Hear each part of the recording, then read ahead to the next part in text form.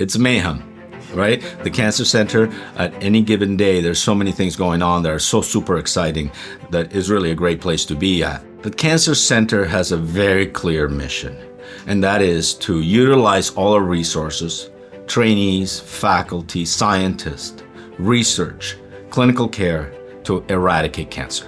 With Dr. Gustavo Leone, the director of the Cancer Center, when he developed the initiative to really start cryo-EM facilities here and hire experts, it's changed our biology. It really has. It's changed our research.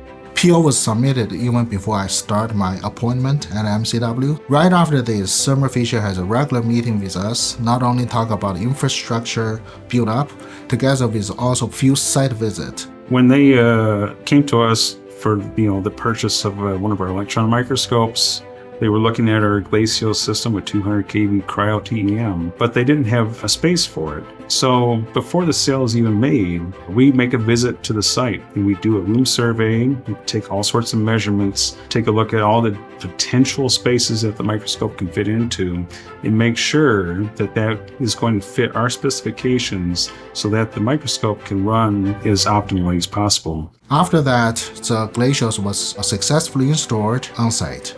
And we run a few data collection, everything runs smoothly. To me, I think now the whole workflow goes very well. Of course, a big support and a big help is coming from Thermo Fisher.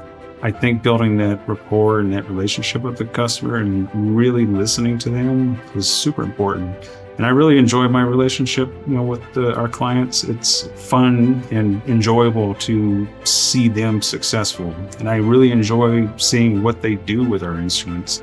We're now getting images of this protein that we never had before. And it's changing how we do our studies of it. It's changing how we think of it. We actually saw some images the other day that was just so exciting. One thing people always wondering, you paid so much, how the things go. I think now the whole campus understand it's up and running very fast and we get help anytime we need. So I think that's very important.